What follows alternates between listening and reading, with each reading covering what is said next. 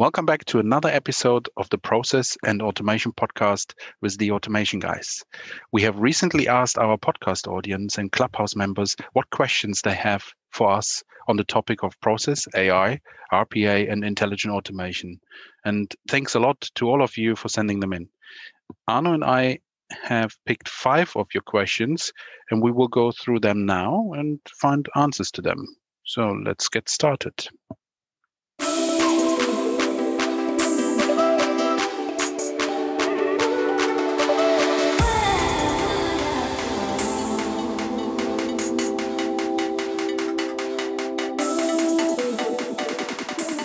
So the first question we have here comes from our podcast listeners. So why should I even care about robotic process automation? Arno, do you want to take this one? Yeah, I'll grab this one, Sasha. Thank you, and thanks for all of our listeners joining today. So why should you care about robotic process automation or RPA? I think that is a very good question. And I spend a lot of time speaking to managers and business owners about this topic. And my conclusion is that every business should care about robotic process automation because, well, first of all, it is the fastest growing software technology out there. If you look at, for instance, UiPath, which is one of the world's leading RPA vendors. Their market value is around 10 billion. If you look at them 5 years ago, it's in the millions. So it's a rapidly expanding part of the automation business. And I guess secondly, it increases a company's efficiency and also productivity dramatically because it directly affects the bottom line of a business when you start automating processes. We always look at automation, and one of the things that we look at is the ability for automation to put scalability in your business. And what that means is that when you install RPA or robotic process automation or software bots in your business, you can scale your business without actually going out to hire more people. And that obviously affects your bottom line, because if you scale your business outwards and you don't have to increase the size of your HR team or your finance team, that's got a direct link to the bottom line of your business. So, the question is, if we look at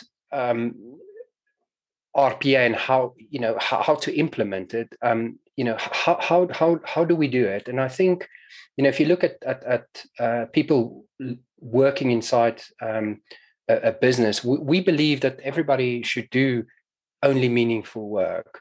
And we can take all of the repetitive, mundane work away from staff and pass that to a digital workforce. And also, we call these software bots or robots to allow the human counterparts to actually focus on meaningful work, right?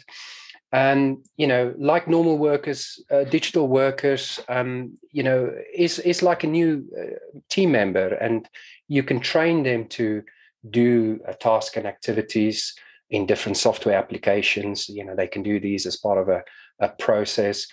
So really, you have to look at this sort of workforce.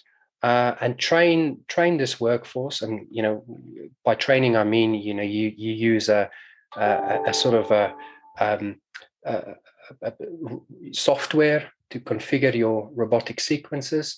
And example might be to copy data from one spreadsheet to another spreadsheet, and that just eliminates the need for a sort of a human sort of colleague to do that. And that human colleague can actually concentrate then on doing more impactful work and meaningful work that's more valuable, like for instance talking to customers or doing important work which is really more complicated than some of the mundane work that we could pass to a robot. So we always say you take the robot out of the human, by deploying RPA. And I think that that's really true. So what we want to do is we want to free up workers from this type of robotic work, and it's very important because it delivers immediate benefits to your organization, and in my opinion, it's definitely worth to understand this whole RPA concept a lot better. Oh, So yeah, that's very good. Yeah, definitely one really good question. Thank you very much for that one. So the next one I received is from CLUBHOUSE. We had a recent session, and there was a really good question because we talk about low-code a lot. Low-code RPA, low-code enterprise applications. So what is the difference between low-code and no-code? So yeah, I can take this one. So yeah, low-code is a very attractive visual approach to software development. So very attractive actually to the business itself, because Forrester did recently did a study and found out that low-code development is up to 20 times faster than the traditional software development. When I speak about traditional software development, I mean sort of really the old one, what everyone thinks about when you talk about software development, writing lines of code and sitting in the basement eating pizza all day and thousands line of code on screens. So this is what we call traditional software development. And yeah, traditionally we also think this is a very time-consuming activity, and with our IT departments, yeah, so they generally struggle to deliver software for our business needs in an adequate time frame. So if Forrester says 20 times faster, low code is 20 times faster, it is definitely very attractive for businesses, especially, yeah, they're not even developers. If you would like to do traditional software development, they're not even developers available because of our skills shortages. COVID, Brexit, IR35 might be all the reasons for that, but this is another topic. So yeah, so low code really enables that rapid development and deployment of business applications. No need for really that writing that lines of code, and yeah, you basically draw it like a flow chart. So this is how you could imagine the low code. So you draw how the process works, you drag and drop how your user interface should look like. So this is the main concept of low code. But at the same time, we're not talking about no code here. So it sounded like no code maybe if we just draw and drag and drop. But low code gives us as well the flexibility to extend what we need to do with code if we need to. So there's lots of movement in that in that field at the moment. yeah. So yeah, Arno, yeah. Yeah, no, I totally agree. I think for me, that it fundamentally just boils down to how quickly can you put something meaningful in front of a business user to solve their problem, and make an immediate impact on their sort of day-to-day working life. From ideation of a particular solution to a problem to actually putting something in front of somebody that's going to save them that 3 hours a day. And I think that's the great sort of benefit of low code, because you could look at a lot of problems within inside a business and quickly formulate solutions, and using these sort of accelerators, these Lego blocks to assemble a solution, right? To be able to quickly and rapidly provide that solution to somebody, to solve that problem, that real life problem. Yeah, and on the other side, the no code, yeah, it's slightly different. It really gives really non-coders, non-technical people, you just need maybe some logical capabilities in general.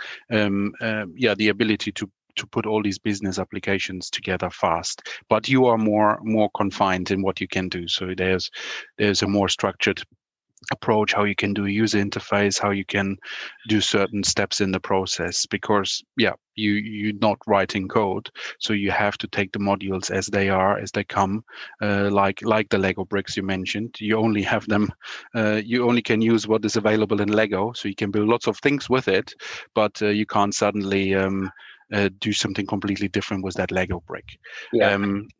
So it's a bit like, I would say, like building a website these days. So I recently looked at a website building again, and you just drag and drop and you take it as it is, but you come to business results very quickly.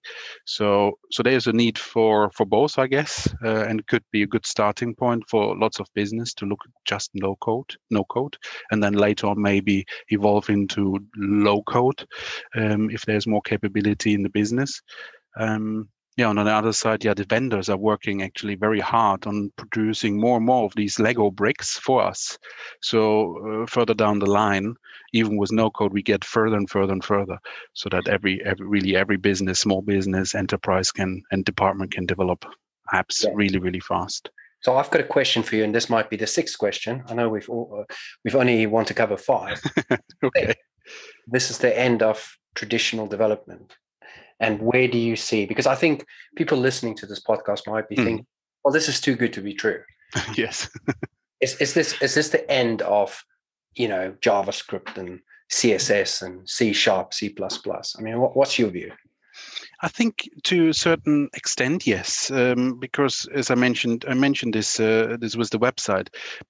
It was absolutely fundamentally important to deal with CSS, HTML, and all that kind of stuff. And nowadays, you can really just focus on your business outcome, on the outcome of that website building. So you can, it's still there.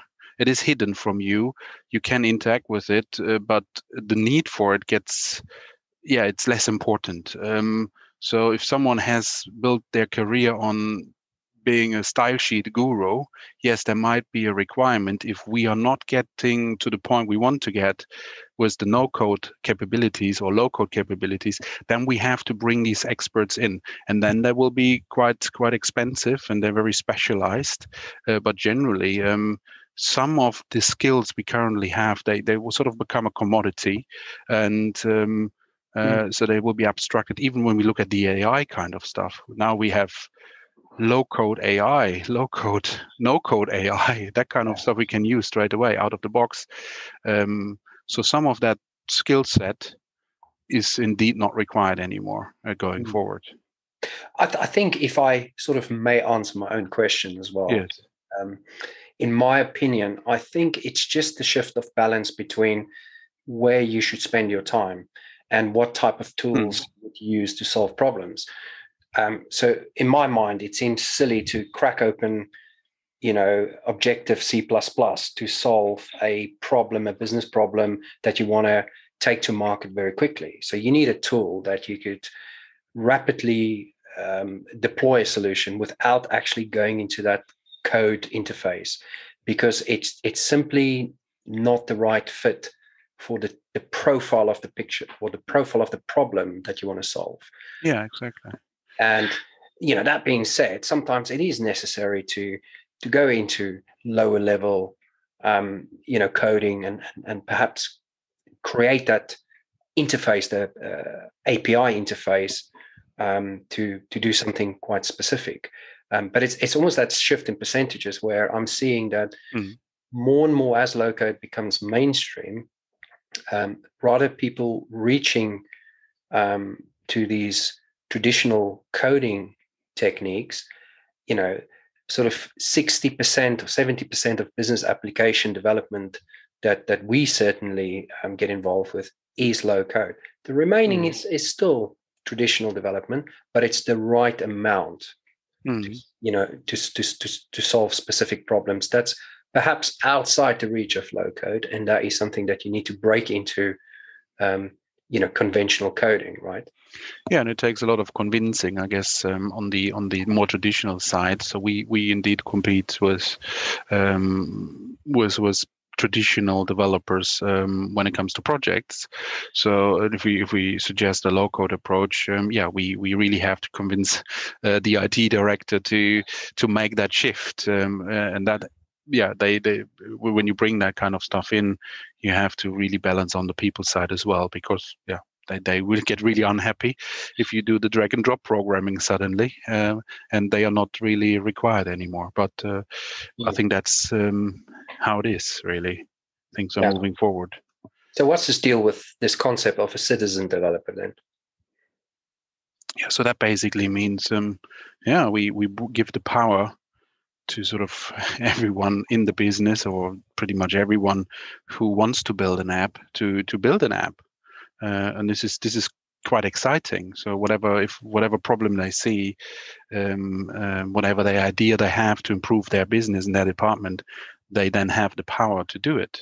But with that power comes also, I think, the sort of the downside. So if there's not enough communication within the organization, that you suddenly have this low code power, and you're building all these applications. So if there's no communication to the IT department, at some point that might produce issues, because with these low code tools you build fast, you might build as well quite crucial, quite important applications no one knows about.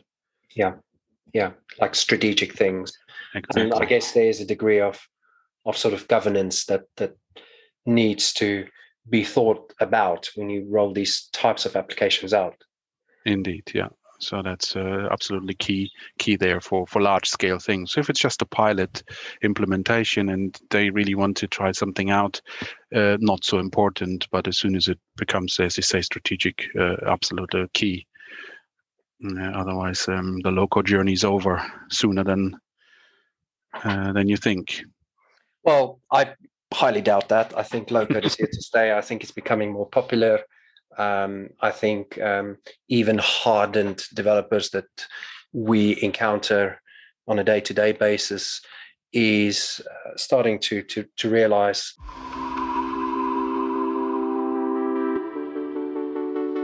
With growing pressure on organizations to operate at digital speed, low-code development has emerged as an opportunity to more quickly transform.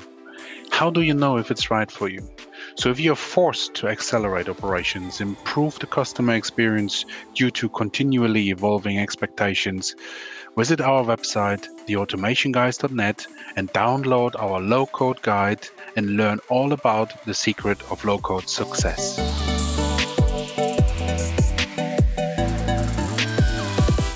That low-code is actually quite a powerful tool in their armament. And there's still scope for traditional development, but I think in a world we live in, it is based on connectivity, connecting systems up, and I do still think that there is a need for sort of traditional, conventional development to create these interfaces to join systems up. But if you look from a process and a user interface perspective, there is absolutely no need to start carving or creating your interfaces using conventional coding, right? Because absolutely, it's so easy to use drag and drop and create really rich experiences, link stuff up, connecting to those existing APIs, injecting your workflow processes, linking that all up, and really doing that at pace, right? Very fast. Yeah, you mentioned meaningful work. So why should a developer be outside of that? So at some point, it can't be that meaningful anymore for that developer to do stuff which can be done with drag and drop. So I think even on that level, they at some point will start to appreciate what is available. Yes, that's right. So that sort of leads us to question number 3, and I believe this was also asked inside Clubhouse. And this is, I think, a demystification again between, what are the differences between generic automation, RPA, and hyper automation? And I think these are new terms and buzzwords that's popping up everywhere on the analyst reports, the Forrester, the Gartner reports. and it's really valid questions. So I think it's probably worth looking at each of these terms separately.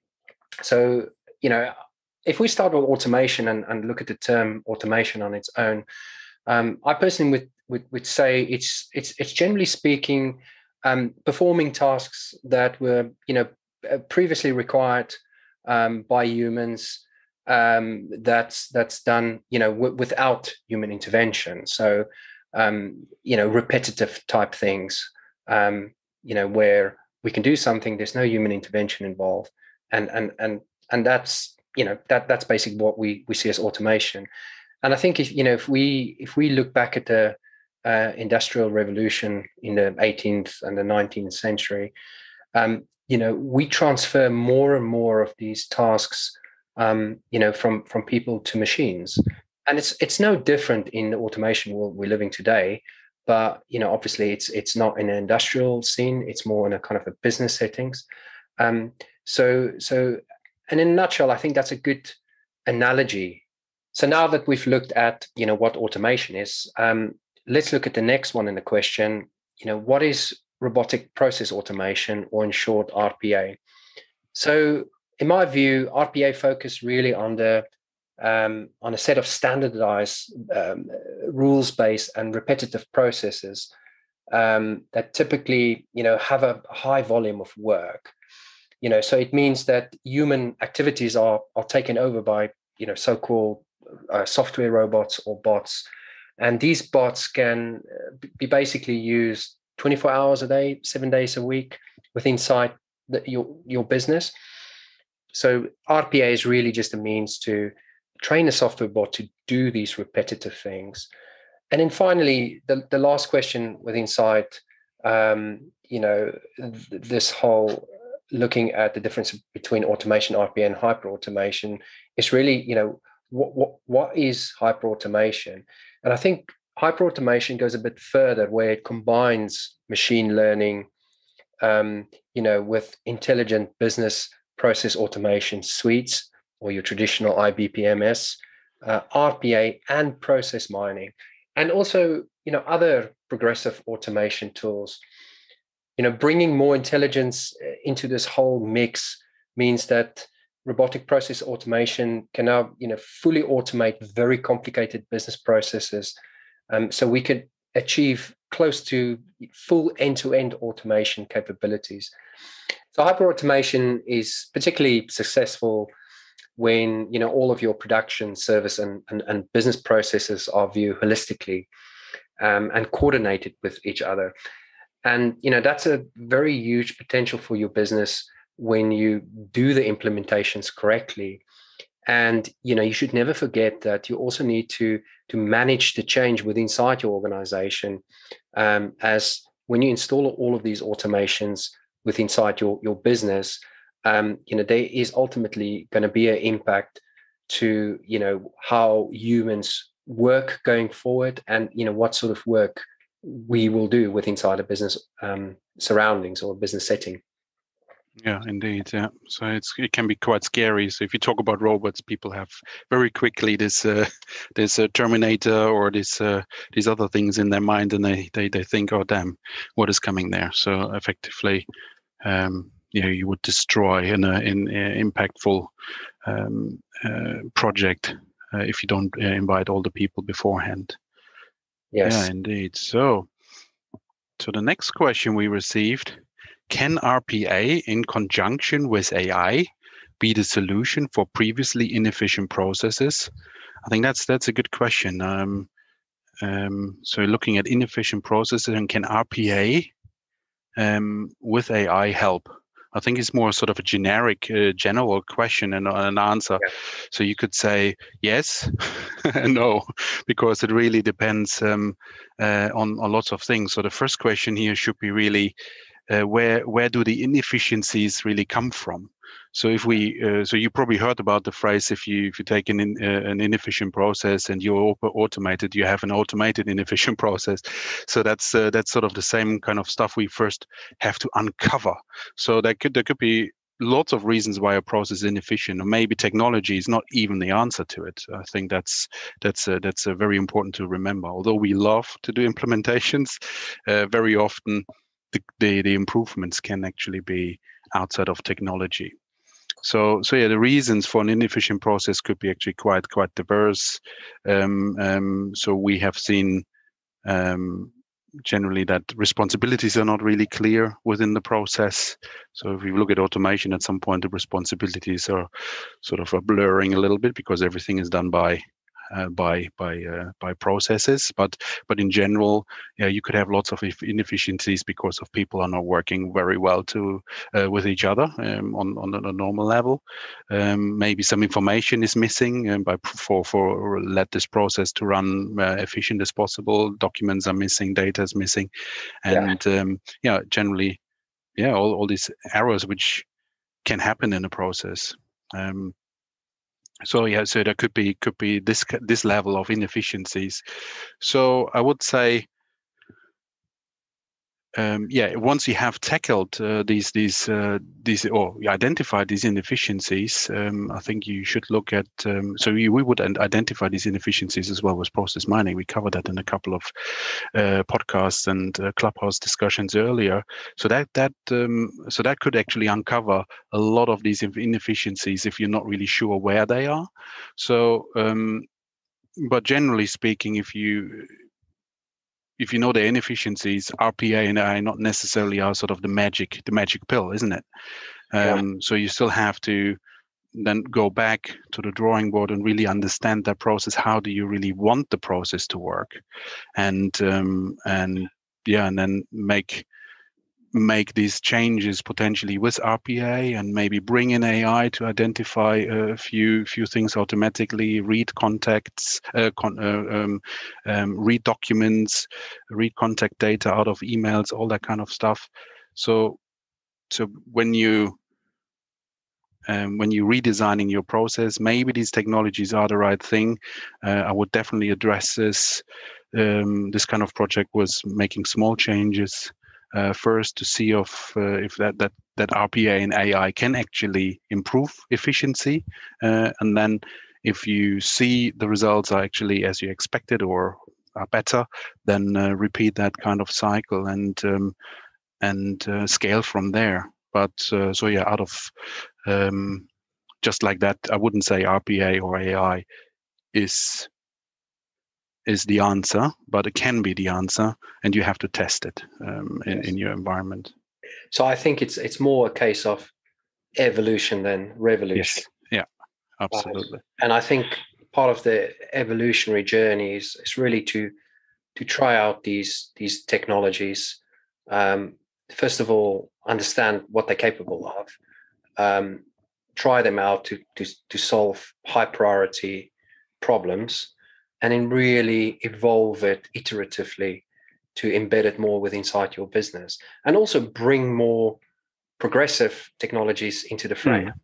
There might be future progressive technologies that further provide better capabilities for automation that's yet to be sort of rolled into the kind of the mainstream usage.